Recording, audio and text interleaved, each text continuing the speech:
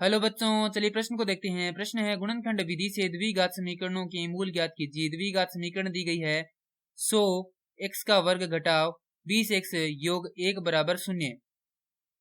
तो प्रश्न को हल करने से पहले जो प्रश्न की मुख्य अवधारणा है उस पर विचार करते हैं। तो इस प्रश्न के लिए जो मुख्य अवधारणा है वह हो जाएगी द्विघात समीकरण, अर्थात हम यहाँ पर यह देखेंगे कि द्विघात समीकरण क्या होती है।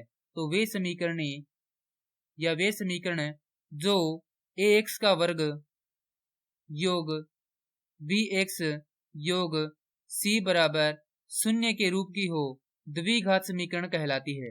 प्रश्न में हमें समीकरण दी गई है 100x का वर्ग घटाव 20x योग 1 बराबर 0। इसे हमें गुणनखंड विधि से हल करना है। तो यहाँ पर लिखेंगे गुणनखंड विधि से।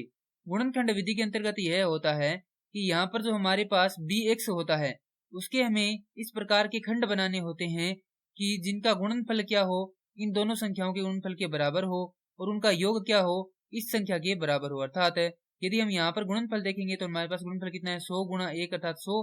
तो यानी एक ऐसी दो संख्याएं देखनी है जिनका गुणनफल क्या हो 100 हो और उन संख्याओं का योग करें तो हमारे पास क्या जाना चाहिए 20 जाना चाहिए। तो ऐसी संख्या केवल दो ही है। तो यहाँ पर लिखेंगे 100x का वर्ग घटाव 10x घटाव 10x, क्योंकि 10 और 10 का गुना करते हैं तब हमारे पास क्या आता है 100 आता है और ऋणात्मक 10 और ऋणात्मक 10 को जोड़ते हैं तो हमारे पास क्या आता है ऋणात्मक 20 आता है। तो योग 1 बराबर 0।